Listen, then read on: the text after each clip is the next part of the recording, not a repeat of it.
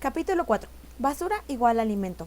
La naturaleza actúa según un sistema de nutrientes y metabolismos en el que no existe la basura. Un cerezo fabrica muchas flores y frutos para que, tal vez, haya germinación y crecimiento. Por eso el árbol se cubre de flores, pero las flores extras no son en absoluto inútiles. Caen al suelo, se descomponen, alimentan a varios organismos y microorganismos y enriquecen la tierra. En todo el mundo, animales y humanos exhalamos dióxido de carbono que las plantas capturan y utilizan para su propio crecimiento. El nitrógeno residual es transformado en proteínas por microorganismos, animales y plantas. Los caballos comen hierba y producen boñigas, que proporcionan alojamiento y alimentación a las larvas de las moscas.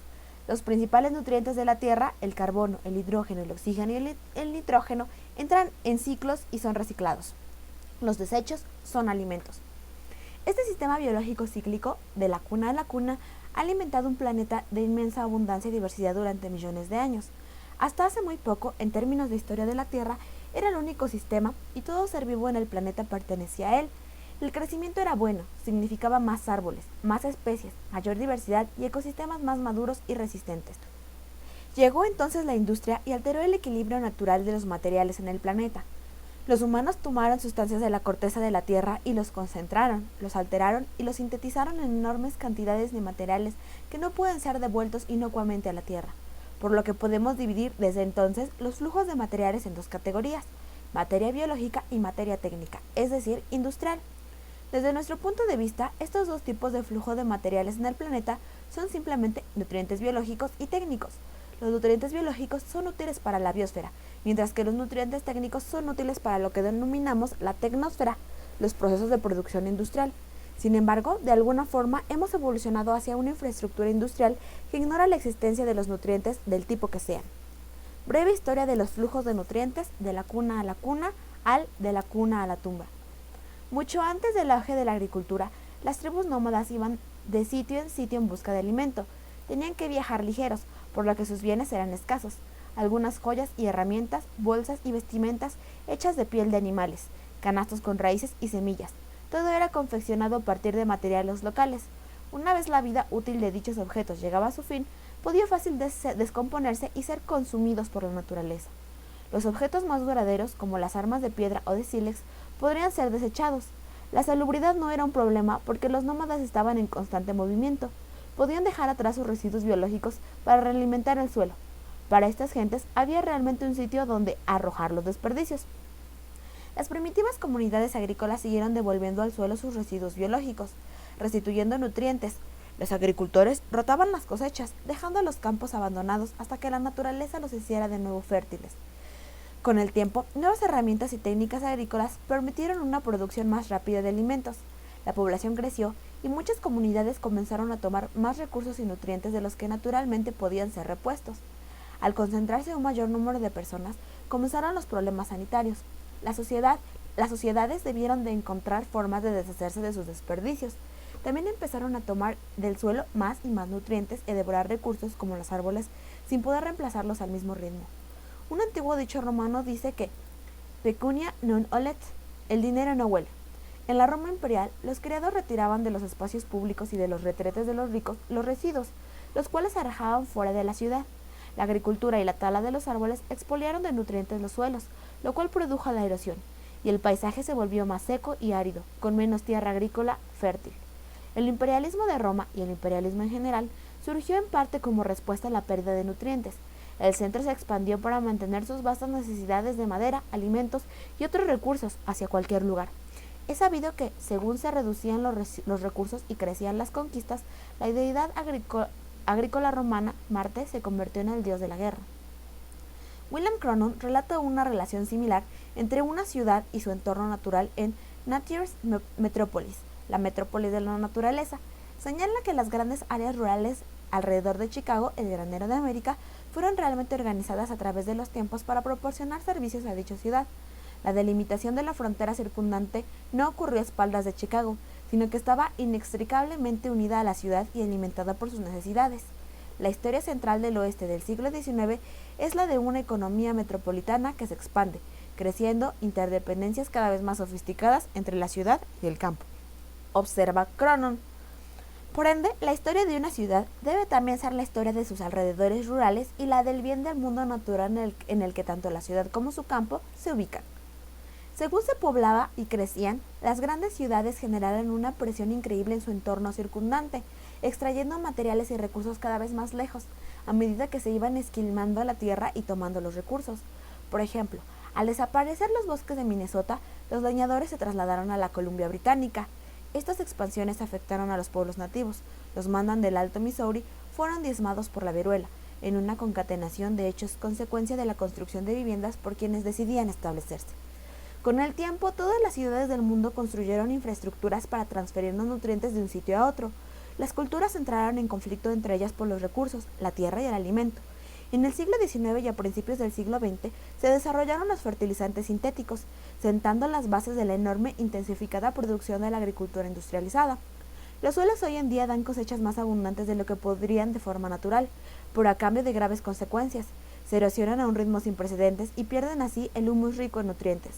Ya son muy pocas las explotaciones agrícolas pequeñas cuyos desechos biológicos devueltos a la tierra son la fuente primaria de los nutrientes, y la agricultura industrializada prácticamente nunca lo hace.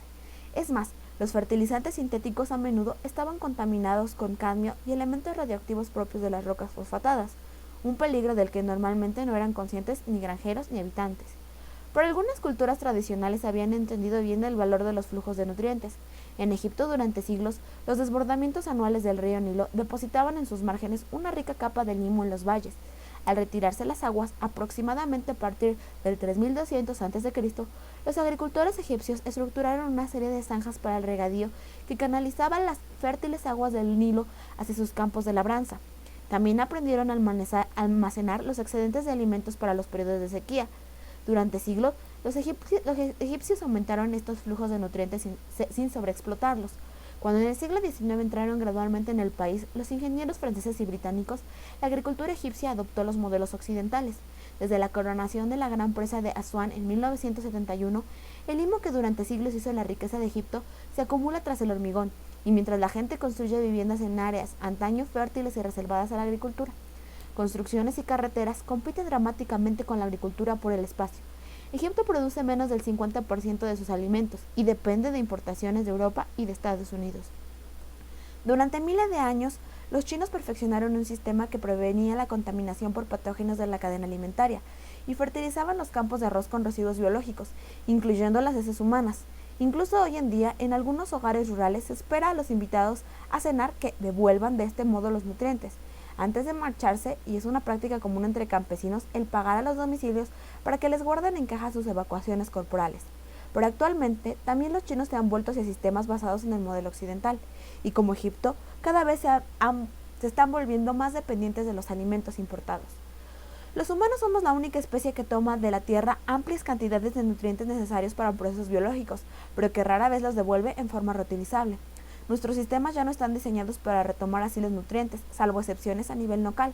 Los métodos de cosecha, como el cortar casi de raíz, aceleran la erosión del suelo, y los procesos químicos utilizados tanto en la agricultura como en la industria a menudo conducen a la salinización y a la acidificación, contribuyendo anualmente a la desertización de más de 20 veces la superficie de la tierra fértil que la naturaleza crea. Puede llevar aproximadamente unos 500 años que el suelo genere una capa de unos centímetros rica en microorganismos y flujos nutrientes, y actualmente estamos perdiendo 5000 veces más la tierra de la que está siendo creada. En la cultura preindustrial, la gente sí que consumía cosas. La mayoría de los productos se biodegradaban de forma saludable una vez desechados, enterrados o incinerados. La excepción la construían los metales. Eran percibidos como altamente valiosos y por tanto fundidos y reutilizados, por lo que en realidad eran lo que llamamos nutrientes técnicos tempranos, pero a medida que avanzaba la industrialización, persistió el modo de consumo, incluso aunque la mayoría de los bienes manufacturados ya no pudiera ser consumido. En tiempos de escasez, reconocer el valor de los materiales técnicos dispararía su valor. La gente que creció durante la Gran Depresión, por ejemplo, era muy cuidadosa en cuanto a la reutilización de tazas, jarras y papel de aluminio, y durante la Segunda Guerra Mundial, la gente ahorraba gomas elásticas, papel de aluminio, acero y otros materiales necesarios para alimentar a la industria. Pero los mercados de la posguerra se vieron inundados por materiales más baratos y por nuevos materiales sintéticos, y fue menos caro para las industrias producir nuevas botellas o nuevos envases de aluminio, de plástico o de vidrio desde una ubicación central para luego reexpedirlas, en lugar de construir infraestructuras locales para la recogida, el transporte, la limpieza y el procesamiento de objetos para su reutilización. De forma similar, en las primeras décadas de la industrialización, la gente traspasaba, reparaba o revendía viejos productos en funcionamiento, como hornos, frigoríficos y teléfonos, a chatarreros. Ahora mismo, la mayoría de los así llamados bienes duraderos son tirados a la basura. ¿Quién narices llevaría a reparar hoy en día una tostadora barata? Resulta mucho más sencillo comprar una nueva que enviar las piezas al fabricante o localizar a alguien en la localidad capaz de repararla. Los productos de usar y tirar, los desechables, se han convertido en norma. No hay, por ejemplo, ninguna manera de que usted consuma su propio automóvil y, aunque esté compuesto por materiales técnicos valiosos, una vez usted haya decidido prescindir de él, no se puede hacer nada con él, salvo que se dedique al arte por vera. Nota del texto. En el original Junckart, Arte a partir de la basura, corriente artística de la segunda mitad del siglo XX, cuya materia prima son los residuos, basuras o materiales de desecho y cuyo procedente es la europea denominada arte por vera, arte pobre o arte de la pobreza. Como ya hemos dicho, estos materiales se pierden o degradan, incluso en el reciclado, porque los coches no están diseñados desde el principio para su reciclado efectivo y óptimo como nutrientes técnicos. Es más, las industrias diseñan productos con obsolescencia incorporada, esto es, para que duren aproximadamente el tiempo habitual hasta que los usuarios decidan reemplazarlos. Incluso cosas con un auténtico potencial de reutilización, como los materiales de embalaje, están a menudo diseñados ex professo para no descomponerse en condiciones naturales. De hecho, los envoltorios pueden durar mucho más que el producto que protegían. En sitios en los que los recursos son difíciles de obtener, la gente todavía reutiliza de forma creativa los materiales para la fabricación de nuevos productos, como por ejemplo el utilizar viejos neumáticos para fabricar sandalias, e incluso para obtener energía, quemando materiales sintéticos como combustible. Esta creatividad es natural y adaptable, y puede ser parte esencial de los ciclos de los materiales, pero en tanto en cuanto estos usos sean ignorados por el diseño y la manufacturación industrial actuales, que típicamente se retraen antes de visualizar ninguna vida ulterior de sus productos, la reutilización seguirá siendo a menudo insegura e incluso letal.